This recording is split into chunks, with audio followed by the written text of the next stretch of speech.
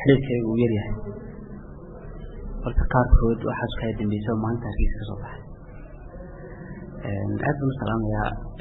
jiritaankoodana insha allah in sii fogaado waan jeclahay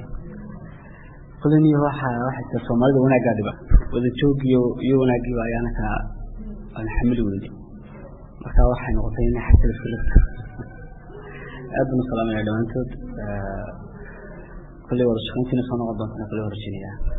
saamayn ku yeelatay haddii aan ka hadlo inta kusoo biirtay horta inta kusoo biirtay ma kala aqaan oo aad ma kala aqaan oo dabaday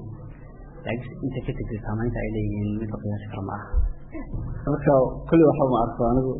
salaamaya dhammaantood madamo adduunyadu waligeen waxbaa dhiman dan marka ka qabatana kakala dhacayo